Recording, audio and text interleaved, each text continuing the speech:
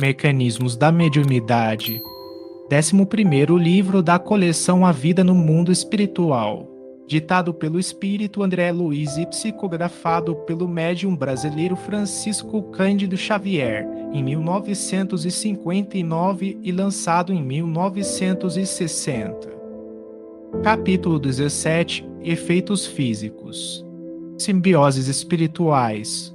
Compreendendo-se que toda criatura se movimenta no seio das emanações que são peculiares, intuitivamente perceberemos os processos simbióticos, dentro dos quais se efetua a influenciação das inteligências desencarnadas que tomam alguém para instrumento de suas manifestações muitas vezes. Essa ou aquela individualidade, ao reencarnar, traz nos próprios passos a companhia invisível dessa ou daquela entidade com a qual se mostre mais intensamente associada em tarefas e dívidas diferentes. Harmonizadas na mesma onda mental, é possível sentir-lhes a integração, qual se fosse hipnotizador e hipnotizado em processo de ajustamento. Se a personalidade encarnada acusa possibilidades de larga desarticulação das próprias forças anímicas, encontramos aí a mediunidade de efeitos físicos, suscetível de exteriorizar-se em graus diversos. Isso porque comumente somos defrontados na Terra por jovens mal saídos da primeira infância, servindo de medianeiros a desencarnados menos esclarecidos que com eles se afinam a produção dos fenômenos físicos de espécie inferior, como sejam batidas, sinais, deslocamentos e vozes de feição espetacular.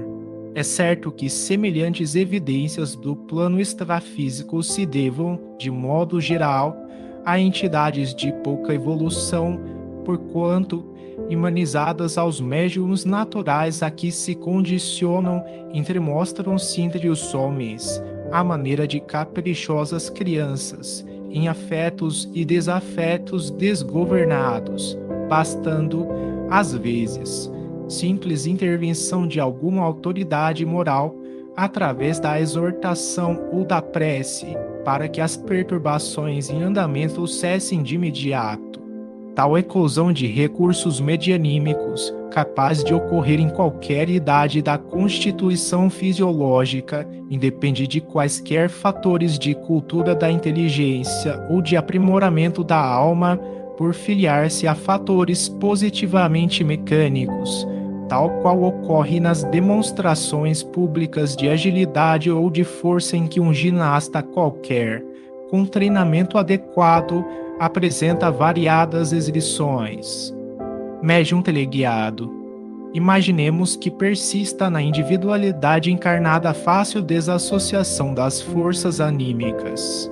Nesse caso, temo-lo habilitado ao fornecimento do ectoplasma ou plasma exteriorizado de que se valem as inteligências desencarnadas para a produção dos fenômenos físicos que lhes denota a sobrevivência. Chegada a esse ponto, se a criatura deseja cooperar na obra do esclarecimento humano, recebe do plano espiritual um guarda vigilante, mais comumente chamado o guia, segundo a apreciação terrestre, guarda esse, porém, que, diante da esfera extrafísica, tem as funções de um zelador ou de um mordomo responsável pelas energias do medianeiro, sempre de posição evolutiva semelhante. Ambos passam a formar um circuito de forças sob as vistas de instrutores da vida maior que os mobilizam a serviço da beneficência e da educação, em muitas circunstâncias com pleno desdobramento do corpo espiritual do médium, que passa a agir à afeição de uma inteligência teleguiada. Daí nasce a possibilidade da constituição dos círculos de estudo das ocorrências de materialização, com os fenômenos de telecinesia a começarem nos RAPs e a culminarem na ectoplasmia visível. Dificuldades do intercâmbio. Não podemos esquecer que o campo de oscilações mentais do médium, envoltório natural e irremovível que pulsa do espírito, é o filtro de todas as operações nos fenômenos físicos. incorporam-se ao dinamismo psíquico os contingentes ectoplásmicos dos assistentes, aliados a recursos outros da natureza, mas ainda aí os elementos essenciais pertencem ao médium que, consciente ou inconscientemente, pode interferir nas manifestações. A exteriorização dos princípios anímicos nada tem a ver, em absoluto, com o aperfeiçoamento moral. Cumpre destacar, assim, as dificuldades para a manutenção de largo intercâmbio dilatado e seguro nesse terreno. Basta leve modificação de propósito na personalidade medianímica, seja em matéria de interesse econômico ou de conduta afetiva, para que se alterem os raios mentais. Verificada semelhante metamorfose, esboçam-se a aura ou fulcro energético, formas pensamentos, por vezes em completo desacordo com o programa traçado no plano superior, ao mesmo tempo que perigos consideráveis assomam na esfera do serviço a fazer, de vez que a transformação das ondas mediúnicas imprime novo rumo à força exteriorizada que, desse modo, em certas ocasiões, pode ser manuseada por entidades desencarnadas, positivamente inferiores, famintas de sensações do campo físico. Em tais sucessos, perturbações variadas podem ocorrer, desencorajando experiências magnificamente encetadas. Médiuns e assistentes. Todavia, é imperioso anotar que não somente o fulcro mental do médium intervém nas atividades em grupo.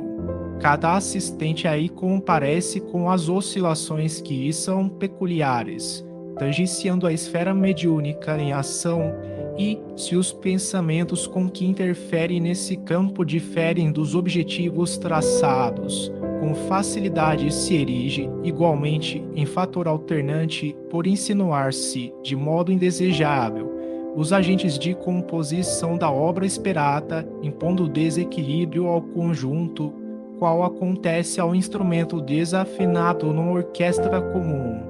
Disso decorrem os embaraços graves para o continuismo eficiente dos agrupamentos que se formam na Terra para as chamadas tarefas de materialização.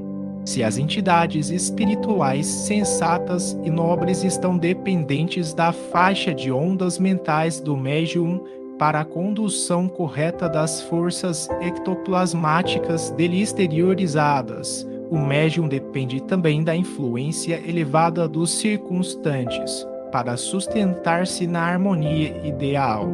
É por isso que, se o medianeiro tem o espírito parcialmente desviado da meta a ser atingida, sem dificuldade se rende, invigilante, às solicitações dos acompanhantes encarnados, quase sempre imperfeitamente habilitados para os cometimentos em vista, surgindo, então, as fraudes inconscientes, ao lado de perturbações outras de que se queixam, aliás, inconsideradamente, os metapsiquistas, pois lidando com agentes mentais, longe ainda de serem classificados e catalogados em sua natureza, não podem aguardar equações imediatas como se lidassem com simples números.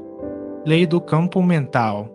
Lamentam-se amargamente os metapsiquistas de que a maioria dos fenômenos mediúnicos se encontram invados de obscuridades e extravagâncias e que, por isso mesmo, a doutrina da sobrevivência, para eles, se mostra repleta de impossibilidades. Estabelecem exigências e, depois de atendidos, acusam a instrumentação medianímica de criar personalidades imaginárias, exageram a função dos chamados poderes inconscientes da vida mental, estranhando que a força psíquica, como recurso mediador entre encarnados e desencarnados, não procede na balança da observação humana maneira, por exemplo, das combinações do cloro com hidrogênio.